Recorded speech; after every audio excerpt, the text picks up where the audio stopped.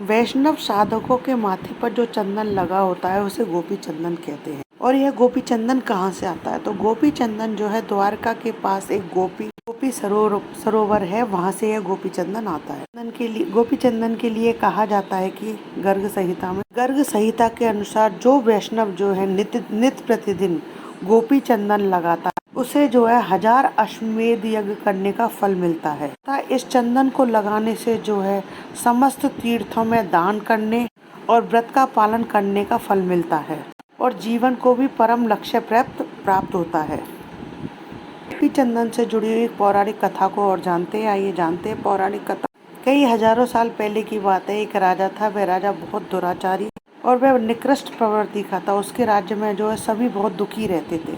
तब उसके पड़ोसी राज्य के राजाओं ने विचार किया कि इस राजा का जो है अब अंत कर देना चाहिए, क्योंकि इस राजा के खत्म होते ही जो है सारी समस्या समाप्त हो जाएगी, प्रजाजन भी सुखी हो जाएंगे।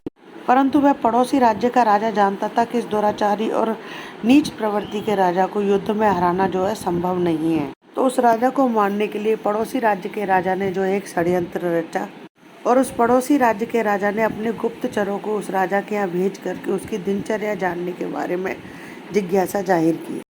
तो पड़ोसी राज्य के राजा ने कहा कि जब अपने गुप्तचरों से कहा कि जब यह राजा जो है शाम के समय वन विहार को निकले तब उसकी हत्या कर दी जाए। अब पड़ोसी राज्य के गुप्तचरों ने जो सैनिक थे उन्होंने जो है उस राजा के शाम के समय वन विहार करते समय घोड़े पर आरूढ़ होकर के उस राजा पर हमला बोल दिया। अचानक हुए हमले से वह राजा जो है घबरा गया और सैनिकों ने उसका धड़ जो है सर से अलग कर दिया। सिर जो है धड़ से अलग होते ही वह बहुत दूर जाकर गिरा। जहाँ पर उसका राजा का सिर गिरा था वहाँ पर जो है एक संत जो है गोपी चंदन को घिसकर लगा रहे थे। तो संत के गोपी चंदन को लगाने के कुछ बूंदें उस राजा के धड़ की तरफ जो है गिर पड़ी और उसका राजा का सिर भी जो उसी समय पर आकर गिरा। तो चंदन के छींटे जो है राजा के सिर पर लग गए, राजा के मस्तक पर लग गए। अब राजा को जो है यमराज के पास ले जाया गया, जहाँ पर उसका लेखा जोखा लिया गया। पर उस राजा ने तो जो है अपने पूरे जीवन काल में एक भी पुण्य का कार्य नहीं किया था, जिसके कारण उसे जो है तो उसके बुरे कर्मों के कारण उस राजा को जो है कुंभीपाक नरक में डाल दिया गया। कुंभीपाक नरक जो है सब नरकों में सबसे ही भयंकर कष्टकारी नरक बताया गया है, जहाँ पर जो है आत्मा को बड़ी बड़ी कढ़ाइयों में खोलते हुए तेलों में डाला जाता है। और उस कुंभीपाक नरक के खोलते हुए तेल में जो है जब आत्मा को डाला जाता है तो वो पीड़ा जो है असहनीय होती है।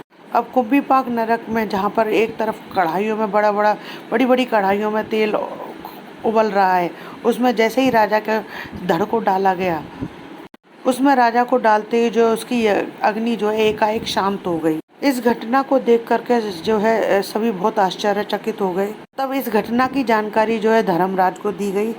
धर्मराज जी भी सोच में पड़ गए कि आखिर यकायक भट्टी की आग जो है कैसे शांत हो गई, इसने ऐसा कौन सा कर्म किया है जिससे भट्टी की आग जो है शांत हो गई और ये उबलते हुए तेल की कढ़ाई भी बिल्कुल शांत हो गई है।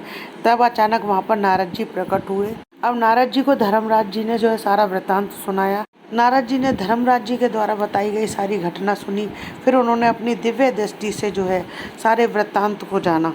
तब नारद जी ने जो है धर्मराज जी से कहा कि अंत समय में इस राजा को जो है एक संत के द्वारा गोपी चंदन प्राप्त हुआ और गोपी चंदन के प्रभाव से ही इस कुंभीपाक नरक की धधकती हुई भट्टियों की आग भी शांत हो गई। गोपी चंदन के इस प्रभाव को जान करके सब लोग बहुत प्रसन्न हुए। अब तो यमलोक में भी श्री हरि की जय जयकार की ध्वनि गूंजने लगी। तो दोस्तों, आप भी अपने कष्टों को, अपने पापों को अंत करना चाहते हैं तो आप भी गोपी चंदन को जो है अवश्य अपनी पूजा में अवश्य इस्तेमाल करें, उसका तिलक अवश्य धारण करें, जिससे आपके सभी पापों का क्षय होगा और श्री हरि की कृपा जो है आपको प्राप्त होगी। दोस्तों, आशा करती हूँ आपको मेरे द्वारा दी गई ये जानकारी पसंद आएगी। यदि आपको मेरा ये वीडियो पसंद आए तो प्लीज़ मेरे वीडियो को ज़्यादा से ज़्यादा लाइक और शेयर करें। यदि आप मेरे चैनल पर नए हैं तो चैनल को सब्सक्राइब करना ना भूलें, पास ही में बेल आइकन को दबाएं, जिससे मेरे आने वाले हर नए वीडियो का नोटिफिकेशन जो है आपको मिल जाए। जय श्री कृष्ण दोस्तों।